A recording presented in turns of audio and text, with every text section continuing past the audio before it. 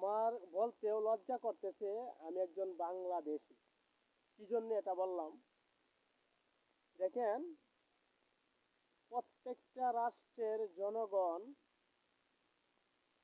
তারা তাদের দেশের লোকদেরকে অনেক ভালোবাসে, কিন্তু আমাদের বাংলাদেশে এর উল্টো।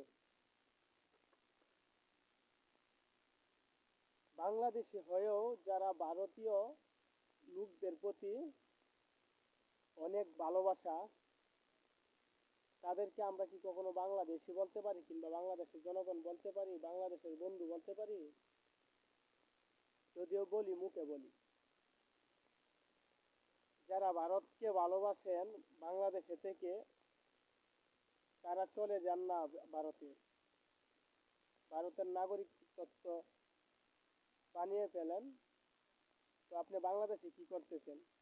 বাংলাদেশে খাবেন, বাংলাদেশে ঘুমাবেন, বাংলাদেশের সব কিছু বুক বিলাস করবেন, সুযোগ সুবিধা নিবেন।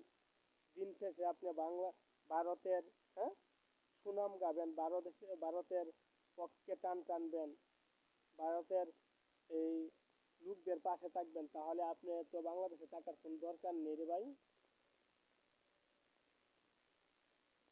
আমার সোনার বাংলা, আমি তোমায় ভালোবাসি, এই কথাটা শুধু মুখে বললে হবে না, অন্তরেও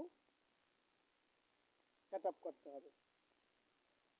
তো যারা ভারতীয় রয়েছেন, এজেন্ট রয়েছেন, দালাল রয়েছেন, তারা সাবধান, তাদের ভবিষ্যৎ কিন্তু অন্ধকার। বুঝছেন?